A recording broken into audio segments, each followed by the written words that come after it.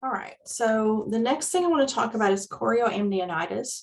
Choreoamnionitis is a bacterial infection of the amniotic cavity. So the membranes and the fluid inside becomes infected with bacteria. What makes this more likely to happen? Rupture membranes. Once the water is broken, that seal against infection is lost, so rupture membranes. It can happen it's more likely to happen in a longer labor. So someone's in labor longer. Multiple vaginal exams, lots of things going in, internal monitoring. Now, it is also more likely to happen with mothers who are young, who are poor, who've never had a baby before, or who have a pre-existing infection, because this infection most often happens after the water is broken and we're introducing infection. It can also happen before the waters break, so that infection can happen before. What are the risks? We can end up with bacteria in the mother's bloodstream, but also the fetus can end up with infection after birth, either pneumonia or sepsis.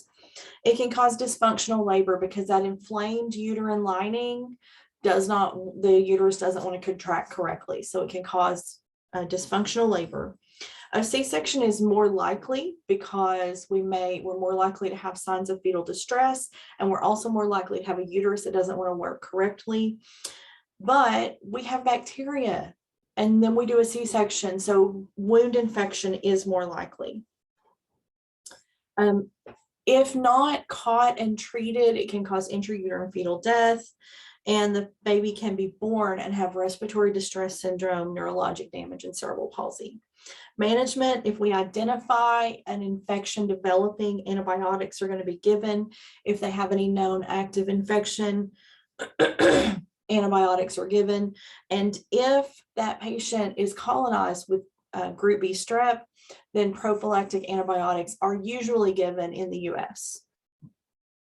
The other thing is, if there's an infection, then delivery needs to happen sooner than later.